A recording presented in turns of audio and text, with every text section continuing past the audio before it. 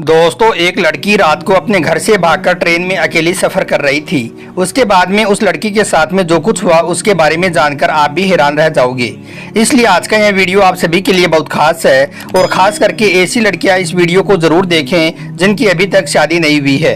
इंशाअल्लाह आपकी आंखें खुल जाएंगी। और अगर आपको यह वीडियो अच्छा लगे तो दिल से एक लाइक करके इसे शेयर भी कर दें ताकि और भी लोगों के पास में यह वीडियो पहुँच जाए। तो चलिए दोस्तों, शुरू करते हैं।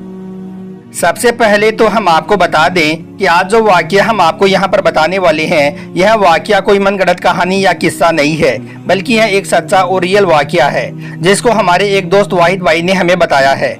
वाहिद भाई कहता है कि एक बार मैं ट्रेन से मुंबई जा रहा था। ट्रेन के एसी डिब्बे में अपनी सीट पर बैठा हुआ था और अपना मोबाइल चला रहा था कि इतने में मेरी सामने वाली सीट पर बैठी हुई लड़की ने मुझसे पूछा कि हेलो, क्या आपके पास में इस मोबाइल की सिम निकालने वाली पिन है? इतना कहते हुए उसने अपने बैग से एक मोबाइल निकाला। वह उस मोबाइल में अपना नया सिम कार्ड डालना चाह रही थी, लेकिन सिम स्लॉट को खोलने के लिए जिस पिन की जरूरत पड़ती है वो पिन उसके पास में नहीं थी। लड़की की यह बात सुनकर मैंने हाँ में अपनी गर्दन हिलाई और फिर अपने बैग से पिन निकालकर उस लड़की को दे दी। लड़की ने थैंक्स कहते हुए मुझसे वो पिन ले ली और अपने मोबाइल में सिम डालकर मुझे पिन वापस कर दी।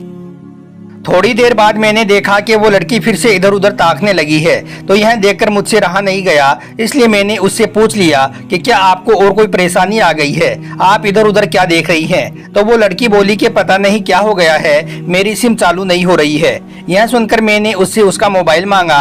उसने अपना मोबाइल दे दिया।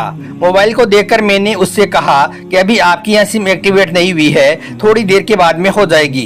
एक्टिव होने के बाद में सिम वेरिफिकेशन होगा, उसके बाद में आप इस सिम को इस्तेमाल कर सकेंगी। तो यह सुनकर लड़की ने पूछा कि सिम वेरिफिकेशन क्यों? तो मैंने कहा कि आजकल सिम वेरिफिकेशन के बाद ही नई सिम चालू होती है। जिस नाम पर यह सिम ली गई है उसके बारे में पूरी जानकारी पूछी जाती है। जब आपके पास में इस तरह का फोन आई तो आप इसकी पूरी जानकारी दे देना, उसके बाद में आपकी यह सिम चालू हो जाएगी। तो यह सुनकर लड़की घबराती हुई कहने लगी ओ।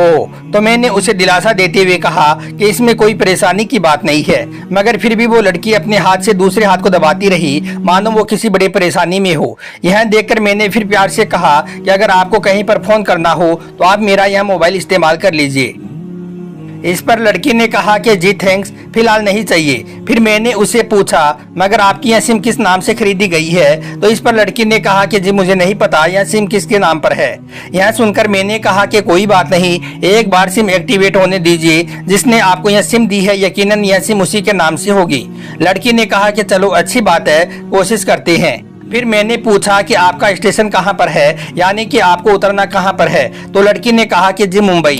फिर लड़की ने मुझसे पूछा कि आपको कहाँ पर जाना है? तो मैंने भी कहा कि मैं भी मुंबई ही जा रहा हूँ, सिर्फ एक दिन का काम है। इसके बाद में मैंने लड़की से पूछा कि क्या आप मुंबई में रहती हो? तो लड़की बोली कि जी नहीं, मुंबई में मुझे कोई भी काम नहीं है और ना ही मेरा मुंबई में घर है। तो यह सुनकर मैंने हैरान होते हुए लड़की से पूछा कि फिर आप कहाँ पर जा रही हैं?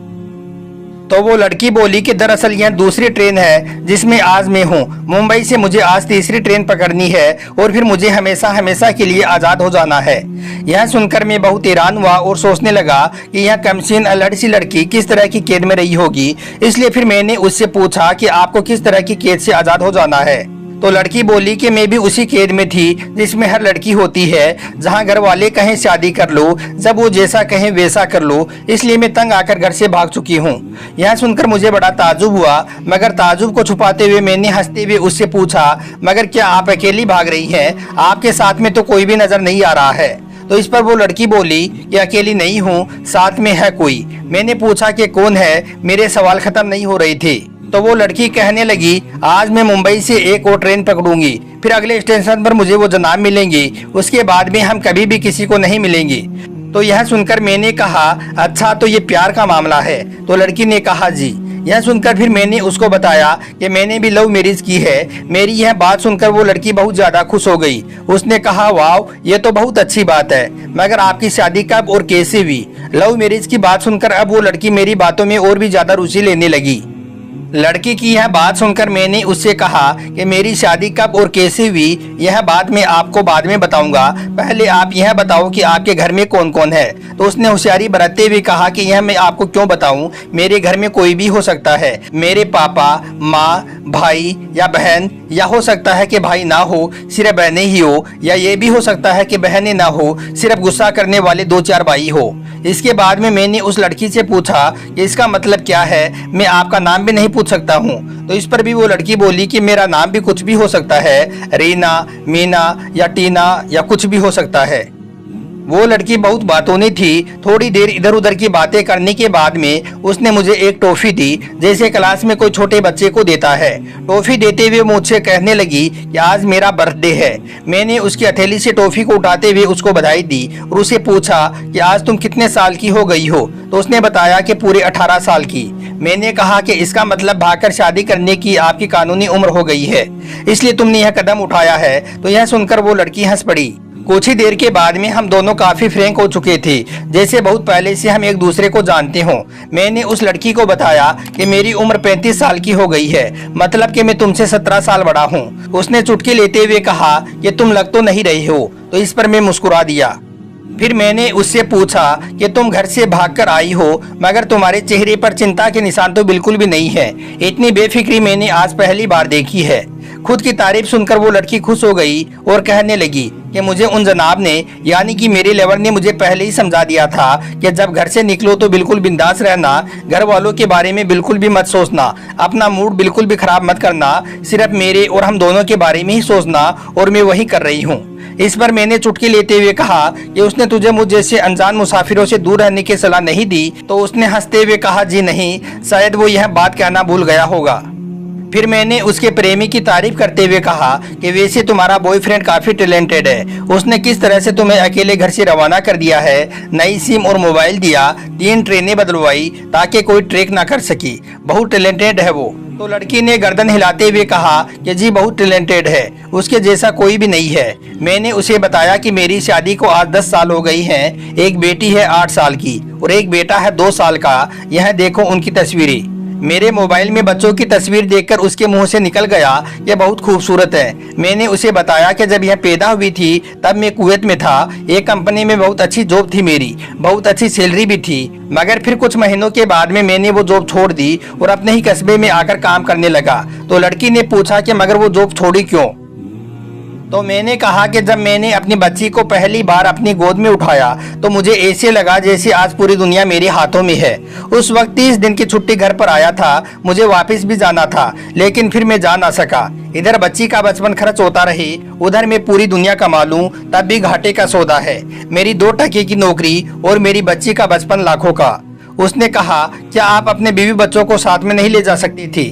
तो मैंने कहा कि काफी टेक्निकल मामलों से गुजरकर एक लंबे समय के बाद में रख सकता था, मगर यह उस वक्त मुमकिन नहीं था। मुझे दोनों में से एक को चुनना था, आलीशान रहन सहन के साथ में नौकरी या फिर अपना परिवार। मैंने अपने परिवार को चुना, अपनी बेटी को बड़ा होते हुए देखने के लिए। इसलिए मैं कुवैत गया और अपना इस्तीफा देकर वापस आ गया। लड़की ने कहा कि बहुत अच्छा किया। मैं मुस्कुराकर खिड़की की तरफ देखने लगा। फिर लड़की ने कहा अच्छा आपने तो लव मैरिज की थी ना, उस वक्त आप भागकर कहाँ पर गई थी, कैसे रहे और उस वक्त में आपके दिन कैसे गुजरे थे? उसके हर सवाल और हर बात में मुझे महसूस हो रहा था कि यह लड़की लड़कपन के शिखर पर है, बिल्कुल नासमझ और मासूम छोटी बहन के जैसी। फिर मैंने उसे बताया कि हमने भागकर शादी नहीं की है और ये भी है कि उसके पापा ने मुझे पहली नज़र में ही सख्ती से रिजेक्ट कर दिया था। तो लड़की ने पूछा कि उन्होंने आपको रिजेक्ट क्यों किया? तो मैंने कहा कि रिजेक्ट करने का कुछ भी कारण हो सकता है, मेरी जाति, मेरा काम या फिर मेरा घर परिवार। इस पर लड़की ने अपनी गर्दन हिलाई और कहने लगी कि बिल्कुल सही। फिर उसने पूछा कि इसके बाद में आपने क्या किया?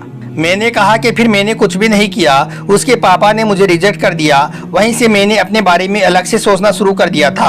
आलिया ने मुझसे कहा था कि भाग चलते हैं। मेरी वाइफ का नाम आलिया है, मगर मैंने साफ साफ मना कर दिया था कि भागकर शादी नहीं करेंगी। वो 2 दिनों तक लगातार मुझ पर जोर देती रही कि भाग चलते हैं, मगर मैं उसे साफ साफ मना करता रहा। मैंने उसे समझाया कि भागने वाले जोड़ों में लड़के की इज्जत पर कोई खास फर्क नहीं पड़ता है, मगर लड़की के पूरे खानदान की इज्जत मिट्टी में मिल जाती है। लड़की को भगाकर ले जाने वाला लड़का अपने दोस्तों में हीरो माना जाता है, लेकिन इसके उलट जो लड़की अपने प्रेमी के साथ में भाग जाती है वो उल्टा बचलन कहलाती है। मोहल्ले के लड़के उसे चालू लड़की कहते हैं। बुराई के तमाम शब्द लड़की के लिए इस्तेमाल किए जाते हैं। भागने वाली लड़की आगे चलकर अगर 60 साल की बूढ़ी औरत भी हो जाती है तब भी जवानी में किया उसका इस काम का कलंक उसके माथे पर से नहीं मिटता है। मैं मानता हूं कि लड़का लड़की को तोलने का यह मापदंड गलत है, मगर हमारे मुआशरे में यही तो हो रहा है। यह नजरिया गलत है, मगर हमारा सामाजिक नजरिया यही है। यह सुनकर वो लड़की अपना नीचे का होठ दांतों तले पीसने लगी। उसने पानी की बोतल का ढक्कन खोला और गटगट वो पानी पीने लगी। मैंने उससे कहा अगर मैं उस दिन उसको भगा कर ले जाता तो उसकी माँ शायद कई दिनों तक पानी भी ना पीती, इसलिए मेरी हिम्मत ना हुई कि मैं ऐसा काम करूं। मैं जिसके साथ में प्रेम करूं उसके माँ बाप मेरे माँ बाप के जैसे हैं, चाहे शादी हो या ना हो। कुछ पल के लिए वो सोच में पड़ गई, लेकिन अब वो मेरे बारे में और भी ज्यादा जानना चाह रही थी। उसने पूछा कि फिर आपकी शादी कैसे हुई, तो मैंने बताया कि फिर आलिया की सगाई और कहीं पर कर दी गई। धीरे धीरे सब कुछ नॉर्मल होने लगा था। आलिया और उसके मंगेतर की आपस में बातें भी होने लगी थी, लेकिन जैसे जैसे शादी नजदीक आने लगी तो उन लोगों की डिमांड बढ़ने लगी। लड़की ने पूछा कि डिमांड कैसी, तो मैंने कहा कि डिमांड का एक ही मतलब होता है दहेज। परिवार में सबको सोने से बने तोहफे दो, दूल्हे को लग्जरी गाड़ी चाहिए, सास और ननद को नेकलेस चाहिए। वो कहने लगे हमारे यहाँ पर यह रीत है। लड़का भी इस रीत का पक्षधार था, इसलिए मैंने वो सगाई तोड़वा डाली। इसलिए नहीं कि मेरी शादी उसके साथ में हो जाए, बल्कि ऐसे लालची लोगों में आलिया कभी भी खुश नहीं रह सकती थी और ना ही उसका परिवार। फिर किसी तरह से मैंने उसके परिवार वालों को समझा बुझाकर मैं फ्रंट पर आ गया और हमारी शादी हो गई। ये सब किस्मत की बात है। यह सुनकर वो लड़की बोली कि चलो अच्छा हुआ आप आपस में तो मिल गई, वरना बेचारी वो गलत लोगों में फंस जाती। मैंने कहा कि ये कोई जरूरी नहीं कि माँ बाप का फैसला हमेशा सही हो, और ये भी जरूरी नहीं कि प्रेमी जोड़ों की पसंद भी हमेशा सही हो। दोनों में से कोई भी सही या गलत हो सकता है। काम की बात यहाँ पर यह है कि दोनों में कौन वफादार है। लड़की ने फिर से पानी की घूंट को पिया और कहने लगी कि हमारा फैसला गलत हो जाए तो कोई बात नहीं, मगर माँ बाप को कोई गलानी नहीं होनी चाहिए। मैंने कहा फैसला ऐसा हो जो दोनों का हो, बच्चों की और माँ बाप दोनों की सहमति हो, यही सबसे सही फैसला है। बुरा मत मानना, मैं कहना चाहूंगी कि तुम्हारा फैसला तुम दोनों का है, जिसमें तुम्हारे माँ बाप शामिल नहीं है और ना ही तुम्हें अभी इसका सही मतलब पता है। लड़की ने पूछा कि फिर क्या है इसका सही मतलब। मैंने कहा तुम इश्क में हो, तुम अपना सब कुछ छोड़कर चली आई हो, ये सच्चा इश्क है। तुमने अपने दिमाग पर जोर नहीं दिया, ये सच्चा इश्क है। तुमने फायदा नुकसान नहीं सोचा, ये असल इश्क है। तुम्हारा दिमाग दुनियादारी के फितूर से बिल्कुल खाली था, उस खाली जगह में तुमने इसका फतूर भर दिया। जिन जनाब ने तुझमें इश्क भरा वो इश्क नहीं है, यानी कि तुम जिसके साथ में भागकर जा रही हो वो इश्क में नहीं है, बल्कि वो होशियारी और हीरोगिरी में है। अगर वो सच में इश्क होता तो वो इतनी प्लानिंग नहीं कर पाता, वो 3 ट्रेनें आपको नहीं बदलवाता, उसका दिमाग इतना काम ही नहीं कर पाता। अगर कोई कहे कि मैं आशिक हूँ और सातिर भी हूँ तो ये नामुमकिन है। मजनू इश्क में पागल हो गया था, लोग पत्थर मारते थे उसे। इश्क में उसकी पहचान तक मिट गई थी, उसे दुनिया मजनू के नाम से जानती है, जबकि उसका असली नाम केस था। अगर वो सातिर होता तो वो केस से मजनू ना बनता। फरहाद ने सीरी के लिए पहाड़ों को खोदकर नहर निकाल डाली और उसी नहर में उसका खून बह रहा था। वो सच्चा इश्क था। इश्क में कोई फकीर हो गया तो कोई जोगी हो गया, मगर किसी ने भी इश्क में कोई चालाकी नहीं की। लालच, हवस और हासिल करने का नाम इश्क नहीं है। इश्क कुर्बानी करने को कहते हैं, जिसमें इंसान सबसे पहले खुद को कुर्बान करता है, जैसे आज तुमने अपने आप को किया है। अगर तुमने भी यह कुर्बानी हासिल करने के लिए दी है, इसलिए तुम्हारे इश्क में भी लालच की मिलावट हो गई है। इतना सुनकर लड़की अचानक खो सी गई, उसकी खिलखिलाहट एकदम से खामोशी में बदल गई। मुझे लगा मैं कुछ ज्यादा ही बोल गया, फिर भी मैंने कहा कि तुम्हारे पापा तुमसे बहुत प्यार करते हैं। कुछ दिनों के बाद में उनका वजन आधा हो जाएगा। तुम्हारी माँ कई दिनों तक खाना नहीं खाएगी और ना ही पानी पिएगी। आपको अपने आशिक को आजमाकर देख लेना चाहिए था। ना ही उसकी सेहत पर कोई फर्क पड़ता और ना ही उसके दिमाग पर। वो अक्लमंद है, अपने लिए अच्छा सोच लेता। आजकल गली मोहल्ले का हर तीसरा लड़का जिसे इश्क हो जाता है वो इश्क नहीं है, वो सिनेमा के जैसा कुछ है, एक तरह की स्टंटबाजी और कुछ अलग करने का फितूर और कुछ भी नहीं है। इतना सुनते ही लड़की के चेहरे का रंग बदल गया। ऐसे लग रहा था जैसे अब वो यहाँ पर नहीं है, उसका दिमाग किसी अतीत में टहलने निकल गया था। मैं अपने मोबाइल को स्क्रॉल करने लगा, लेकिन मेरी नजर उसकी तरफ थी। थोड़ी ही देर में उसका और मेरा स्टेशन आ गया। बात कहाँ से निकली थी और कहाँ तक पहुँच गई, इतने में ही उसके मोबाइल पर मैसेज टोन बजी। उसकी सिम एक्टिवेट हो चुकी थी। उसने चुपचाप बैग में से आगे का टिकट निकाला और फाड़ दिया। उसने फिर मुझसे कहा कि मुझे एक कॉल करना है। मैंने उसे अपना मोबाइल दे दिया। उसने नंबर डायल करके कहा, सॉरी पापा, और फिर सिसक सिसक कर रोने लगी। सामने से उसका वालिद भी फोन पर उसको संभालने की कोशिश करने लगा। लड़की ने फिर कहा, पापा आप बिल्कुल भी चिंता मत करना, मैं घर वापस आ रही हूँ। दोनों तरफ से प्यार उमड़ पड़ा। हम ट्रेन से उतरे। उसने एक बार फिर से मेरी पिन मांगी और मैंने पिन उसे दे दी। उसने फौरन ही अपने मोबाइल से वो सिम निकाल दी और उसको तोड़ दिया और मुझे अपनी पिन वापस कर दी। तो मेरी प्यारी प्यारी इस्लामिक बहनों, आप सबसे ये हाथ जोड़कर गुजारिश है कि आप इस तरह की गलती कभी मत करना। घर से भागकर कभी भी किसी के साथ में शादी करने की कोशिश मत करना, वरना फिर पछतावे की सिवाय आपके पास में कुछ भी नहीं बचेगा।